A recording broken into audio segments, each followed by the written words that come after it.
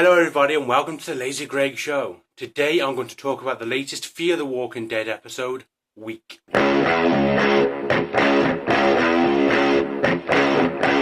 Okay, so usually I do this on a Monday, but today was actually the first day of school for my son. I say first day, it was just an assembly introduction to the classroom and the teacher. But then we did have to spend the rest of the day sorting stuff out and spending time with him before school, because first day of school, big moment. And today's actually started. But let's get on with the actual talking about Fear the Walking Dead, because you don't want to hear about my son going to school. Okay, so the latest Fear the Walking Dead episode was called Week. And it was called Week for a reason. I'll get to that soon. Because obviously I don't want to do a spoiler before I give a spoiler warning. The episode was quite a good one, but also not the best of episodes. I'd probably give it a 7 if I'm honest. There were a few good dynamics between characters, but I feel it dragged a little bit. It didn't really do much to keep my attention. I mean, I did watch all of it, but one thing is, like, it was easy for me to kind of get bored a bit of the episode. So for that, I'll probably give it a 7 out of 10, because it was still good, but it did drag. Now I will actually go into a bit of what happened in the episode, so if you haven't seen it and you don't want to know, turn off now. Okay, so the episode revolved around two groups, Al and June, and obviously Morgan with Wendell, Sarah, and Jim. Sadly, they didn't show much of Jim. I was hoping they would show more, because I'm interested in seeing where his character goes. Although he did have fear, so that's always a good thing. They didn't really show much of Sarah and Wendell either, outside of a few little bits with Morgan. If I'm honest, the main focus of the show was actually Al and June, because they hadn't shown them yet. They'd already shown what happened. Well, they'd already shown Alicia and the girl whose name I forgot again, even though I've mentioned it before. Jesus Christ! They showed Morgan last week. But this week it was time to check in with Al and June. So hopefully next week we check in with John and this is a joke. I forgot his name as well.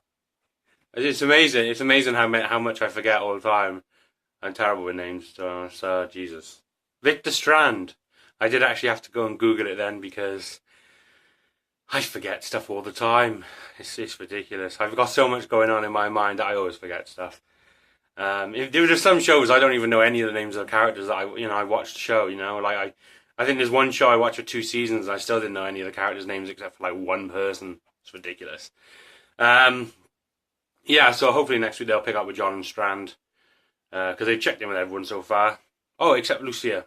I imagine Lucia will pop up at some point as well. But obviously in this episode we kind of met a new character. Well, they were sort of new. Oh no, I mean they were new, but they didn't last long. But I mean, they were walking now. I almost said the Z word. Oops. No, they're walking now, so they'll be in it again. So technically they're a new character. Because June is with obviously June's with Al. June's a nurse or doctor, whatever. I forgot what she was. And Al needs medicine, and she says there's medicine on the truck. But she only said that because she wanted the truck back because someone stole it. And they actually meet the guy who stole it. I don't know, like, it's nice to see that they go into the old hold someone at gunpoint thing before talking issue. It's probably the smart play, I think, because in this world you can't really trust anybody these days. I mean, they didn't get it back at the end either, which was funny, because the guy driving it, or the guy who stole it, was clearly as dumb as rocks, because he stole it and he needed diesel for it, and him and June communicated on the radio, and she told him to meet them at mile marker 27 if he wants to, get with a group, and he ended up at a fake mile marker 27.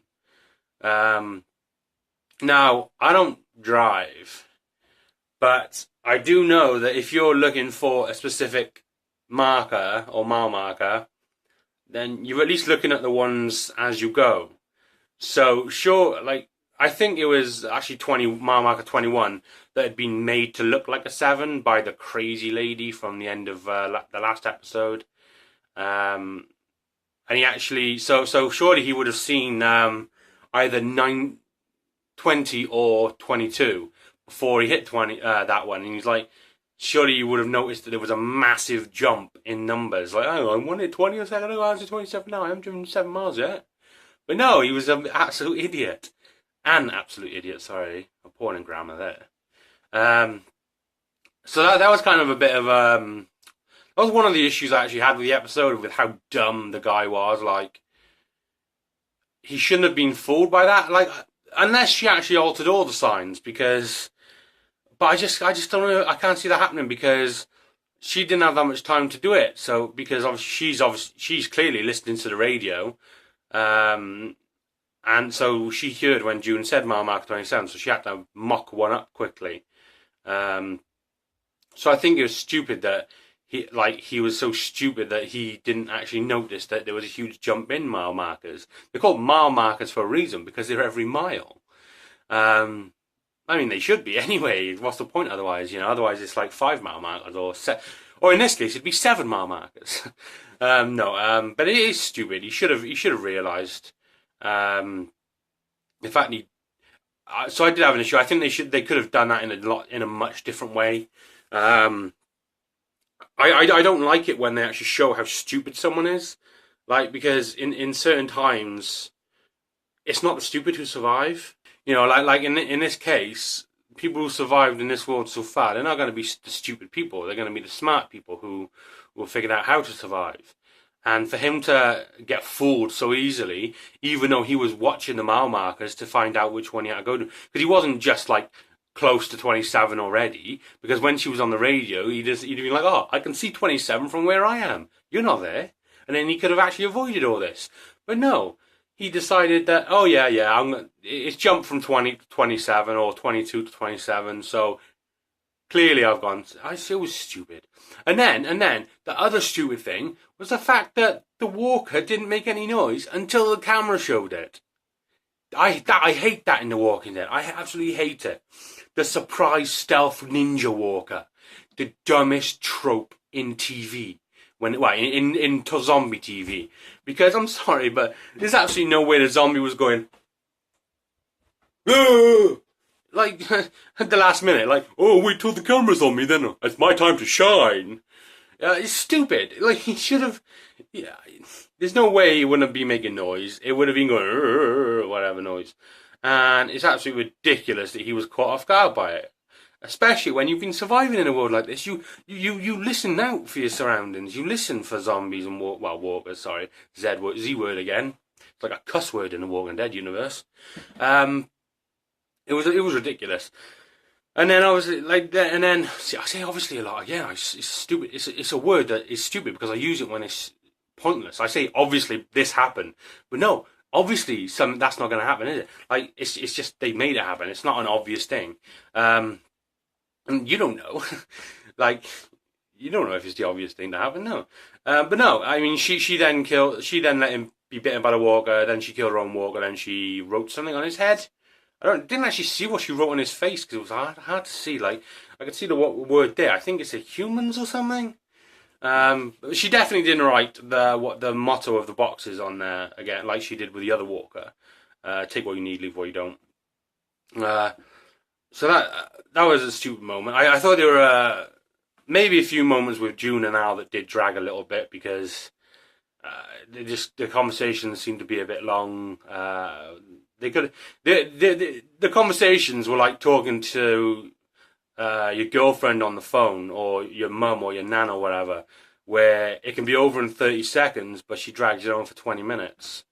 You know, it was like that. Or with me, sometimes I talk way too long. You're probably thinking this is dragging right now. God, the sun's going right in my eyes now. Yeah, that's much better. Like, I looked like I was on the cover of an 80s pop album then. Yeah, I thought a few things Val and June did drag. They could have easily done that a lot quicker. The Morgan stuff was fine. That was that was short enough.